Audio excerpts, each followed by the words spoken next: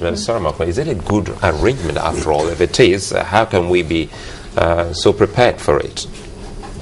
Well, I do not think that the time is ripe.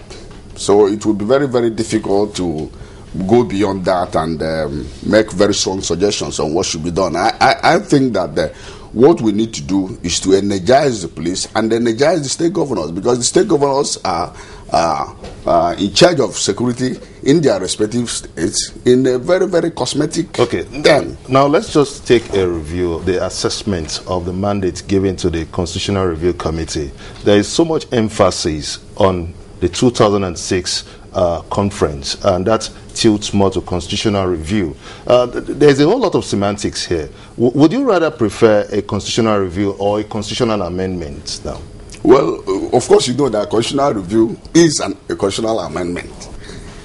It's just a pure semantics. But we are saying that for this thing to be done, that there must be a deeper platform, that the people should say who is going to represent them in this so-called constitutional forum.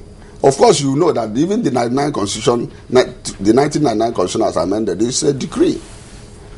That the Constitution itself is a product of some military permutations.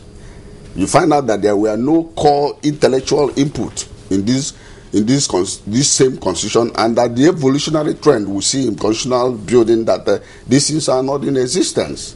When you look at the Nigerian Constitution, I think that we should learn, first of all, how to do things properly.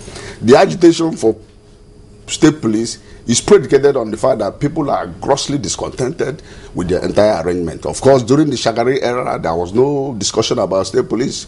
You will remember that what we are seeing is a fallout of bad governance.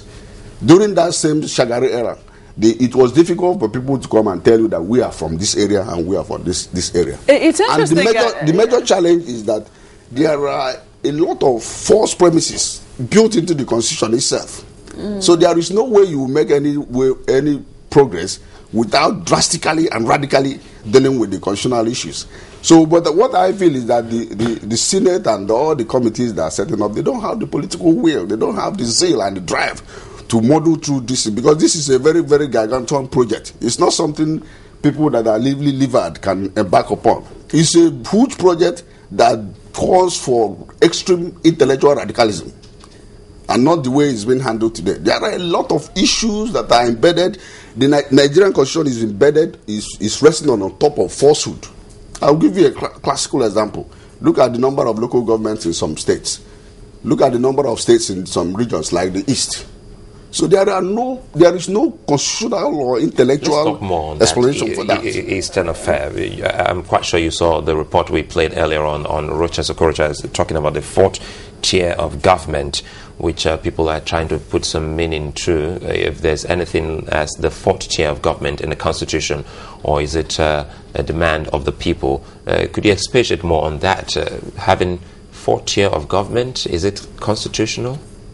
Well, I think what Rochas Okorocha is doing is that he's trying to widen his political base in terms of support.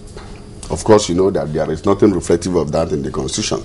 And I will go beyond that. There are a lot of importations that are frightening that you see in the Constitution. You see that the amendment is already thinking about inculcating or bringing in traditional rulers into the realm of political administration. That is absolutely irresponsibility.